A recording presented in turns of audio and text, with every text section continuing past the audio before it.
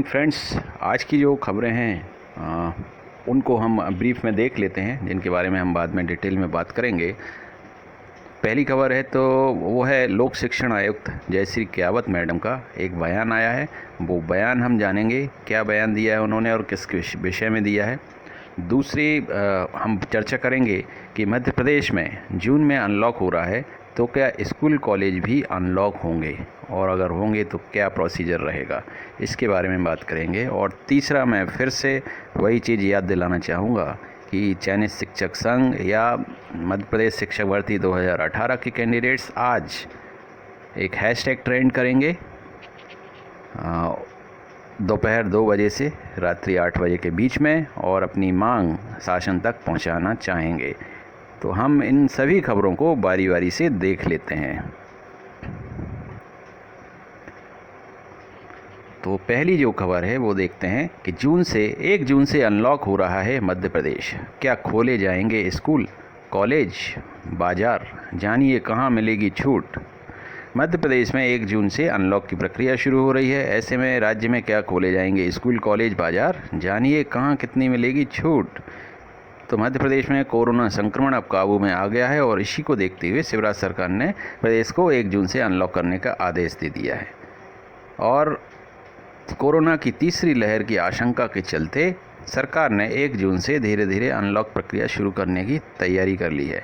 इसके लिए गृह मंत्री नरोत्तम मिश्रा की अध्यक्षता में मंत्रियों के समूहों ने अनलॉक को लेकर सरकार से अनुशंसाएं की हैं। इसके तहत स्कूल, कॉलेज और कोचिंग सेंटर खोलने के लिए मंत्री समूह का गठन किया गया है। यह समूह जल्द ही बैठक कर अपनी सिफारिशें सरकार को देगा। तो जो कमेटी बनाई गई है उसके बारे में मैंने कल एक वीडियो बनाया था, तो वो आप देख सकते हैं कि उस कमेटी में कौन से मंत्री शामिल हैं। राज्य में अनलॉक के तहत कहाँ कितनी छूट मिलनी चाहिए, इसकी मंत्रियों के समूह की अनुशंसाओं को लेकर शुक्रवार देर शाम अफसरों ने मुख्यमंत्री शिवराज सिंह चौहान के सामने प्रेजेंटेशन दिया और इसमें कहा गया कि जिन जिलों में संक्रमण दर 5% से कम है वहां कर्फ्यू में ढील देकर लोगों को राहत दी जा सकती है, लेकिन भोपाल और इंदौर में यह दर फिलहाल 5% से ज़्यादा है। ऐसे में इन जिलों में ज़्यादा छूट नहीं देने की सिफारिश की गई है। तो उन्हीं शहरों में, कस्बों में छूट मिलेगी जहां की संक्रमण दर 5% से कम है। और भोपाल और इंदौर, जो कि ये बड़े शहर हैं, मध्य प्रदेश के सबसे बड़े शहर हैं, यहाँ संक्रमण बहुत ज़्यादा फैला था। तो अभी संक्रमण दर कम होने में बहुत टाइम लगने वाला है। 5% से इनकी संक्रमण दर ज़्यादा है, तो यहाँ पूरी छूट नहीं मिलेगी, कुछ पार्ट्स में छूट मिलेंगी। तो चयनित शिक्षक संघ की तरफ से एक मैसेज है, वो मैसेज में पढ़ देता हूँ।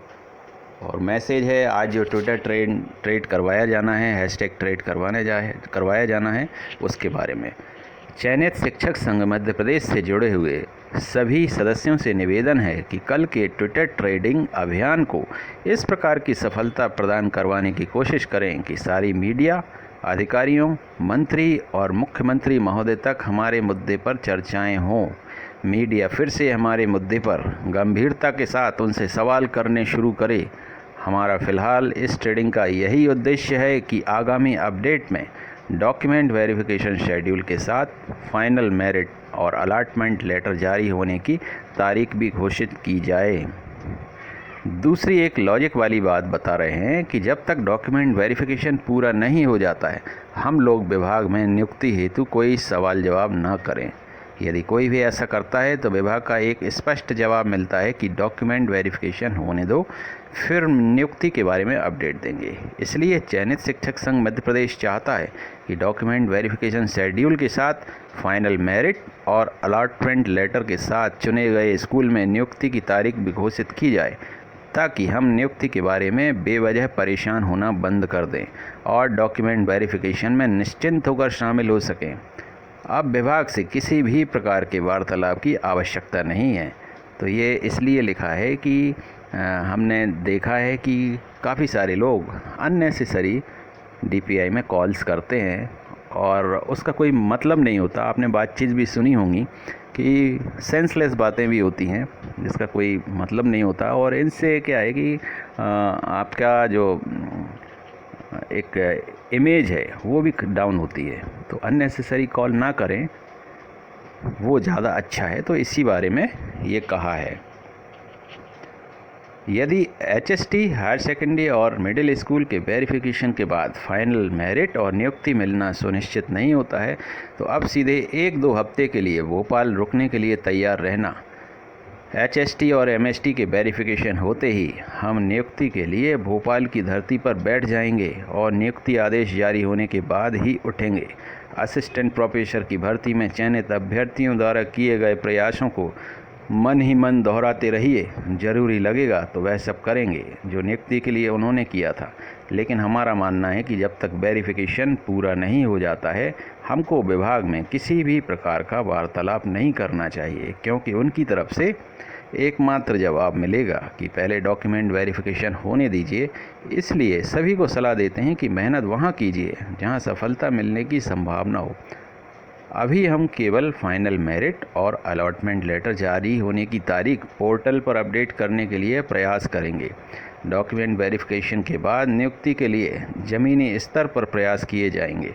बिना वेरिफिकेशन कंप्लीट हुए नियुक्ति के लिए विभाग में वार्तालाप करने का कोई औचित्य नहीं है। शिक्षक पद पर होने की मर्यादा बनाए रखें। पहले भी चेतावनी दे चुके हैं, बार बार बोलना अच्छा नहीं लगता है। विभाग के सामने बचकाने सवाल करने से बचिए। फ़िलहाल कल की तैयारी मतलब आज की तैयारी करें। 3 से 5 लाख के बीच ट्वीट करें। उसके साथ ही समस्त मीडिया को बताएं नियुक्ति के बारे में वो सवाल करेंगे। जवाबदेह अधिकारियों, मंत्री जी और मुख्यमंत्री सवालों से बचने के लिए नियुक्ति प्रदान करें। इससे अच्छा कोई उपाय नहीं है।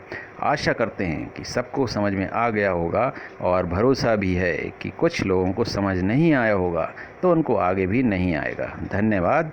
चयनित शिक्षक संघ मध्य प्रदेश द्वारा जारी। तो यही उनका कहना है कि अननेसेसरी इधर उधर अपनी एनर्जी जो वेस्ट करेंगे कॉल करके, उसका जवाब तो वही मिलना है कि वेरिफिकेशन कंप्लीट होगा, उसके बाद ही आगे की प्रक्रिया होगी। तो फिर फ़ायदा क्या है इन सब कॉल्स का। उसकी बजाय अपनी एनर्जी आज जो ट्विटर अभियान है उसमें ज़्यादा से ज़्यादा एनर्जी अपनी एग्जॉस्ट करें तो कुछ सार्थक प्रयास माना जाएगा। तो जो हैशटैग जिसे ट्रेंड करना है वो है #unlock MPTET ज्वाइनिंग इन जून। तारीख 30 मई आज दोपहर 2 बजे से शाम को 8 बजे तक। तो ये है। अब हम देखते हैं कि वो क्या बयान है। जैसे केवट मैडम ने जो दिया है, आयोग लोक शिक्षण मध्य प्रदेश, तो इनसे जब ये पूछा गया कि बाकी राज्य स्कूल खोलने की तैयारी कर रहे हैं, क्या मध्य प्रदेश में भी ऐसी कोई प्लानिंग है, तो उनका जो जवाब है वो ये है कि हमने 12वीं की कक्षाएं खोलने के लिए प्लानिंग कर ली है। शैक्षणिक गतिविधियों को चलाने और ट्रेनिंग कार्यक्रमों के लिए राज्य सरकार ने कैबिनेट सब कमेटी भी बना दी है। मतलब कि ट्रेनिंग कार्यक्रम के लिए हिसाब से भी कमेटी बनी है। तो आगे अगर ज्वाइनिंग जब होती है तो नव चयनितों को भी ट्रेनिंग का प्रावधान रहेगा। अब हम अपनी तैयारी का ड्राफ्ट कमेटी को सौंपेंगे, प्रेजेंटेशन भी देंगे। इसके बाद आगे कमेटी की अनुशंसा और निर्णय के अनुसार काम करेंगे। विभाग पहले ही 15 जून से स्कूल की रीओपनिंग की तैयारी में है। मतलब 15 जून से स्कूल खुलने वाले हैं। हमारे 2 तरह के मॉडल तैयार हैं। यदि संक्रमण रहा तो ऑनलाइन कक्षा चलेंगी, यदि हालात काबू में आ गए तो ऑफलाइन क्लासेस की तैयारी है। विभाग ने कोविड-19 के सभी प्रोटोकॉल और गाइडलाइन के अनुसार अपनी तैयारी की है। दूसरे राज्यों में क्या हो रहा है उसकी भी जानकारी है। बच्चों की सुरक्षा के साथ विभाग कदम बढ़ा रहा है। तो ये उनका स्टेटमेंट है। और 15 जून से स्कूल खुलने का चल रहा है। अगर संक्रमण थोड़ा सा मतलब ज़्यादा रहा तो ऑनलाइन क्लासेस चलेंगी, नहीं तो ऑफलाइन की तरफ मूव करेगी शिक्षा विभाग। और जब क्लासेस लगेंगी तो चयनितों के ज्वाइनिंग के चांसेस भी फिर बढ़ जाते हैं। तो ये आपके लिए न्यूज़ थी। और आज जो कि ट्विटर ट्रेंड करवाना है उसमें आप ज़ोर शोर से जुटिए। और जो पहली बार या जिन्होंने मेरे चैनल को अभी तक सब्सक्राइब नहीं किया है वो चैनल को सब्सक्राइब करें और बेल आइकन बटन जो राइट साइड में होता है उसमें ऑल का ऑप्शन प्रेस कर दें, ताकि आपको मेरे जो भी नए वीडियोस आते हैं उनके नोटिफिकेशंस आपको मिलते जाएं। तो thanks for watching, take care, thank you so much.